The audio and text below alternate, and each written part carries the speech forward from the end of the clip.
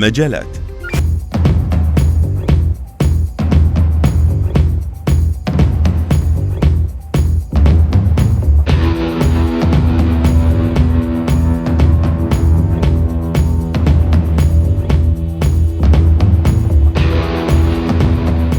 C'est un projet qui a été lancé le 5 de ce mois, vu des retards concernant sur les démarches administratives.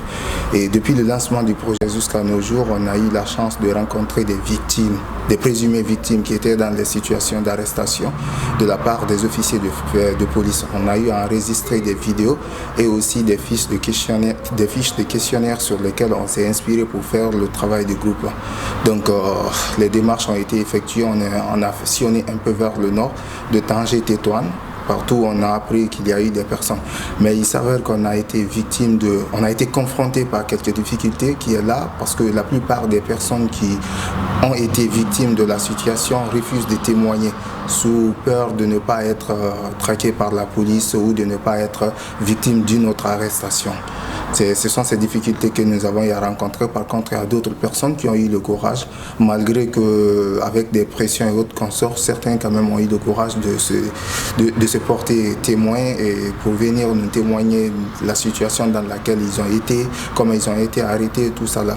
À travers ces fiches, nous avons pu nous concentrer, et ces vidéos bien sûr enregistrées, nous avons pu nous concentrer pour faire le groupe de travail qui a été effectué dans un climat de convivialité et un ensemble d'acteurs de la société civile, à peu près 17 associations présentes sur Tanger et un peu sur le royaume du Maroc.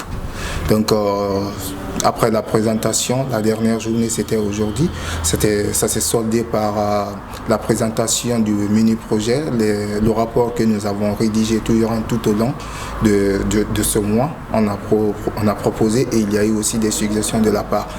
Et il revient aussi de noter qu'on a déjà eu à mentionner, on a invité les autorités compétentes à prendre part à la cérémonie de clôture.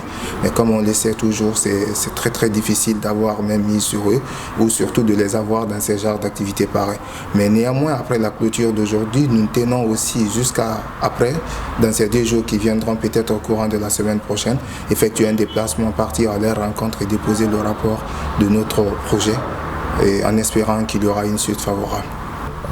Des recommandations, ce qui est là parce qu'on a fait notre part et le gros boulot revient maintenant, comme on l'a mentionné aujourd'hui, des personnes de bonne volonté.